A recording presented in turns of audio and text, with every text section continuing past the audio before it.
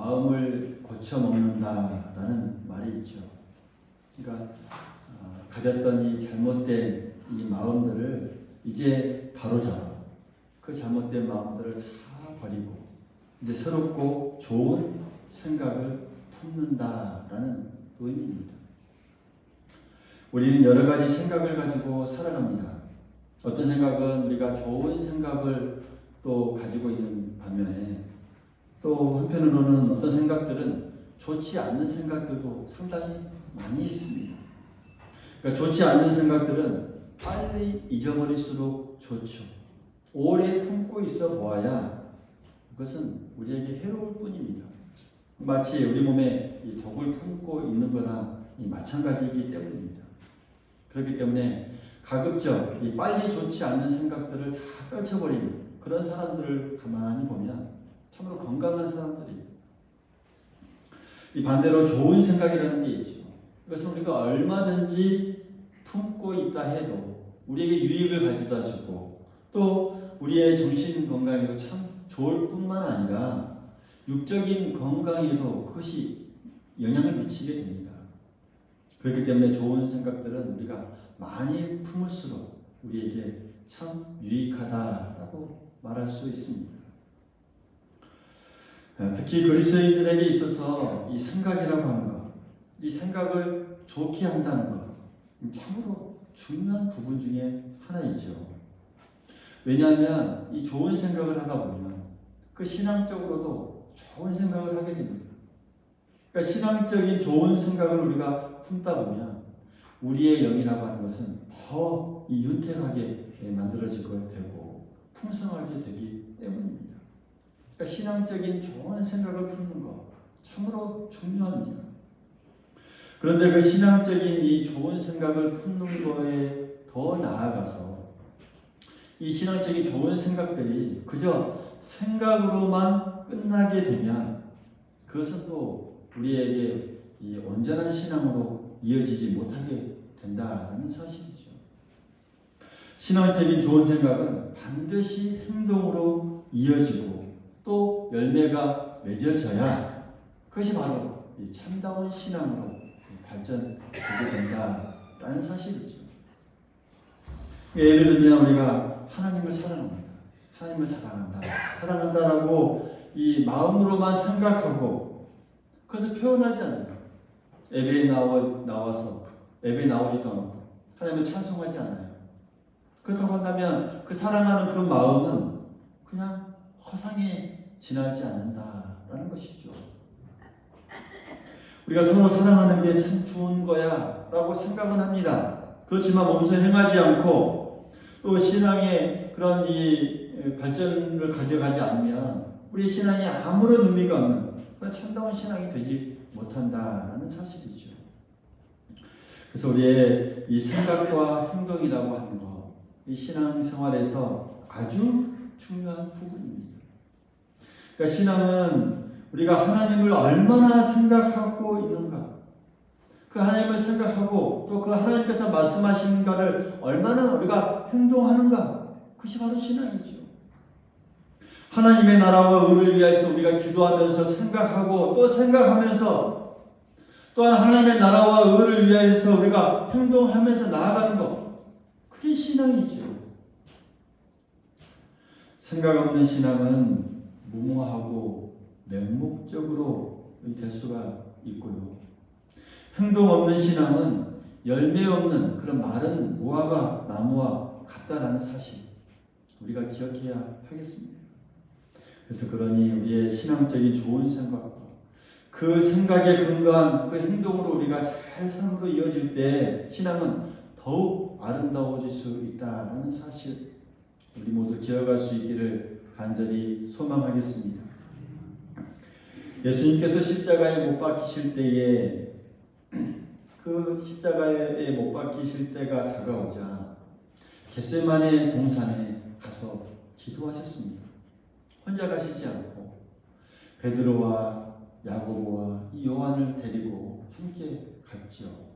그러면서 너희는 여기 머물러 깨어 있으라 라고 말하면서 홀로 올라가셔서 기도하셨습니다. 한참 시간이 지난 뒤에 이제 내려와 제자들을 봤을 때 그들은 그만 그곳에서 자고 있었습니다. 예수님께서 그때 그들에게 말씀하셨습니다. 시험에 들지 않게 깨어 기도하라. 마음에는 원이로되 육신이 약하도다 라고 말씀하셨습니다. 그러니까 이 마음에는 원이로되 라는 이 말하는 이 마음이라고 하는 것은 생각을 의미합니다. 육신이 약하도다 라고 말하는 이 육신이라고 하는 것은 행동을 말하는 것입니다. 예수님께서 지적하신 부분들은 이 제자들이 생각은 했다는 것이죠. 내가 깨어 있어서 내가 여기서 기도해야 되겠다 라는 그런 이 마음, 그 생각은 있었지만 그것을 행동으로 연결하지 못하는 그 육신의 약함, 그것을 말씀하고 있는 그 내용입니다. 그러니까 마음과 육신이 하나가 되는 것, 다시 말하면 생각과 행동이 하나가 되는 것, 이것은 참으로 중요하고 우리의 신앙과 삶이 따로 되는 현상을 막아준다라는 사실이죠. 그러니까 생각과 행동이 하나가 되는 것은 겉과 속이 같아지는 것을 의미합니다. 생각과 행동이 같아진다는 것은 우리의 안과 밖이 동일하게 된다라는 그런 의미입니다. 그러니까 이럴 때 우리는 이 영적인 생활과 육적인 생활, 이것이 하나가 되는 그 일치를 이룰 수 있다는 것이죠. 우리의 신앙생활을 가만히 보십시오. 이런 이 두 가지가 일치를 향하여서 끊임없이 추구하는 그런 훈련이 바로 우리의 신앙생활입니다. 우리가 생각하는 것, 그 행동하는 것, 우리의 영적인 이 생활과 우리의 육적인 이 생활이 끊임없이 일치해 나아가는 것, 이것이 바로 우리의 신앙생활입니다. 이 두 가지가 점점점 가까워지는 것, 그것은 하나님께서 바라보시는 그 신앙의 아름다운 모습이라는 사실이죠. 우리는 지금 주님의 십자가 고난을 생각하고 또 우리도 그 고난의 자취를 쫓아서 우리도 그처럼 그렇게 살겠다고 다짐하고 결단하는 그런 사순절 기간을 우리가 지내고 있습니다. 사순절은 십자가의 의미를 우리의 삶 속에서 각인시키는 그런 기간입니다.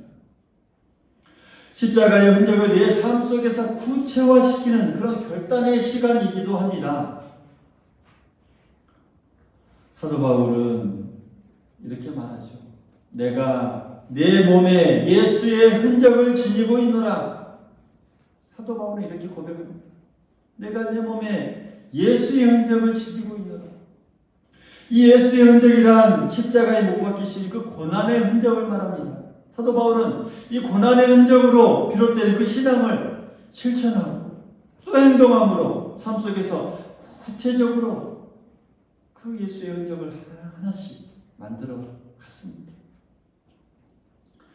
십자가 고난을 우리가 단지 생각만 하고 기념하는 차원에서만 우리가 이루어진다고 한다면 그 우리에게 예수의 흔적이라고 하는 것 절대 남겨지지 않습니다.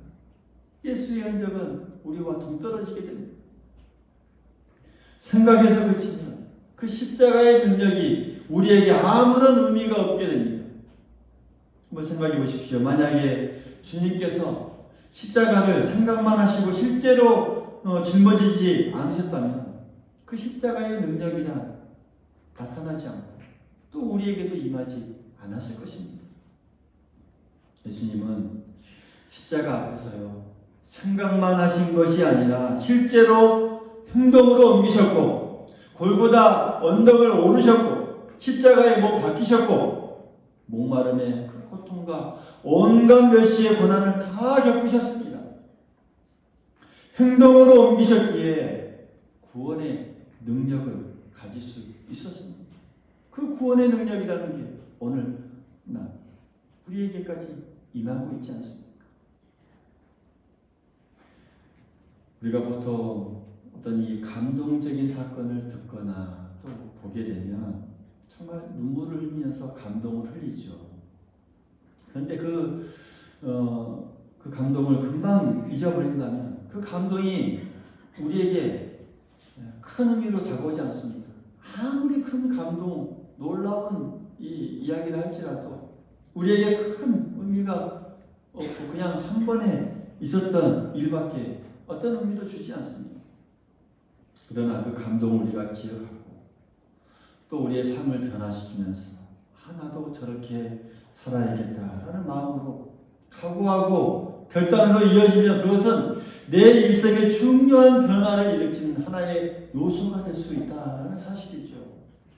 마찬가지입니다. 주님의 그 십자가 고난을 우리가 알아가면서 그 고난을 단순히 생각하는 것으로 끝내는 것이 아니라 그 의미를 잘 되새겨보면서 우리의 신앙과 삶 속에 구체적으로 끌어들여서 그것을 하나하나 결단하면서 또 행함으로 우리가 연결해 간다면 그 십자가의 능력이 우리에게 큰 은혜로 다가온다라는 사실 우리 모두 기억할 수 있기를 간절히 소망하겠습니다.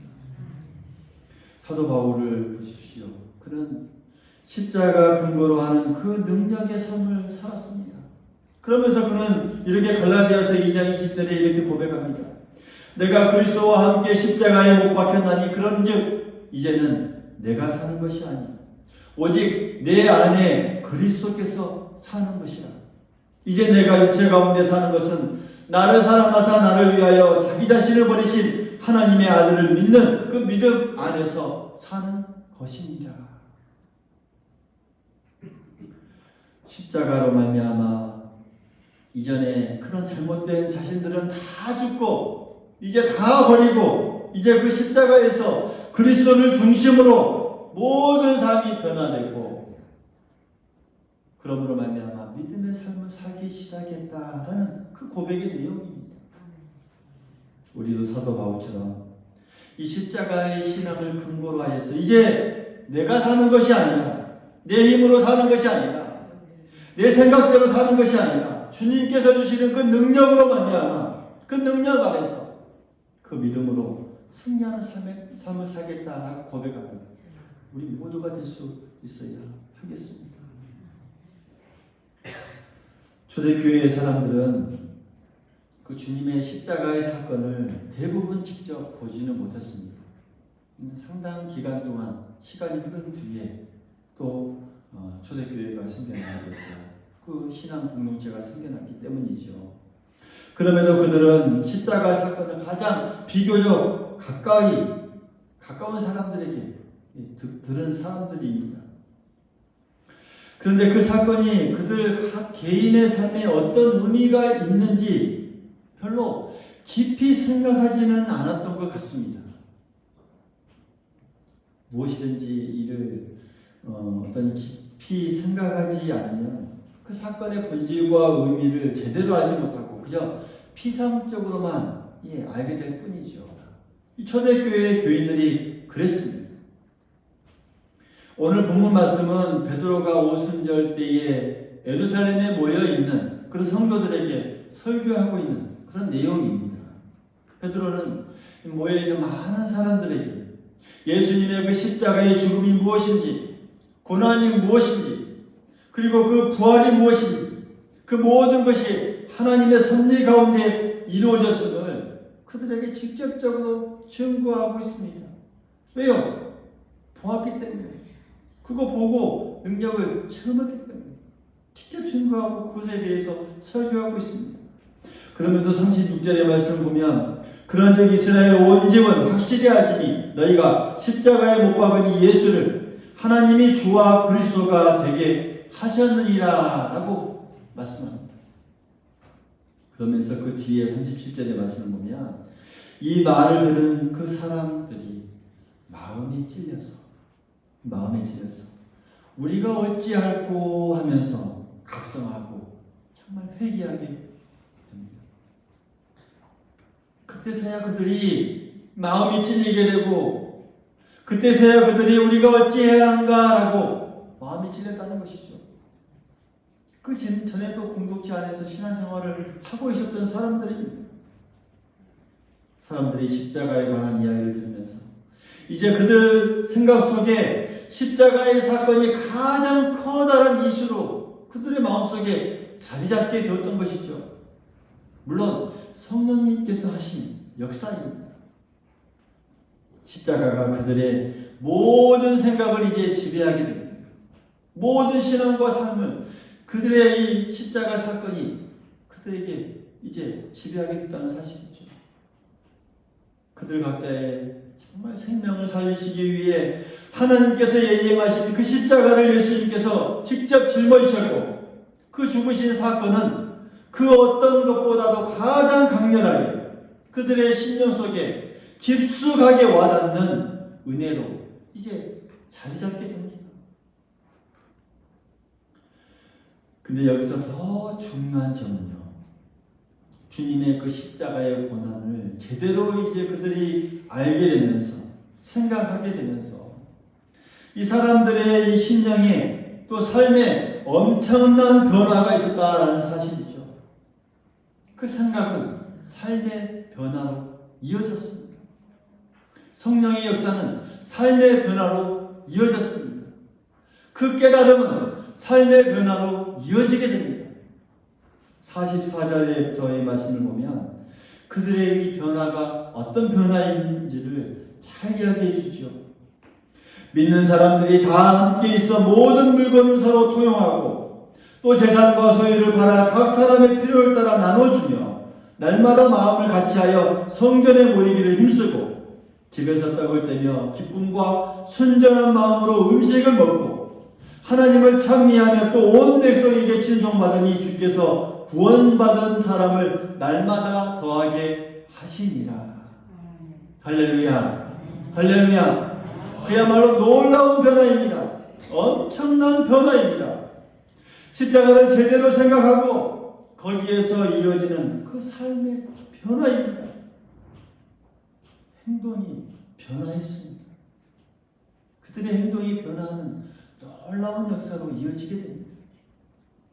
주님의 고난을 알아가면서 깊이 생각하고 그 결과 행동으로 이어지는 그 신앙의 표준이 무엇인가 우리에게 잘 보여주고 있는 이 말씀의 내용들입니다. 마음과 육신이 하나 되는 놀라운 사건을 우리에게 보여주고 있습니다. 겉과 속이 일치되는 놀라운 역사를 우리에게 보여주고 있습니다. 적어도 초대교회 그 신앙인들은요, 주님의 십자가에 관한 그 말씀을 듣고 마음속의 변화를 결단했고, 그들은 자신들의 이 삶의 틀을 완전히 바꿔버렸습니다.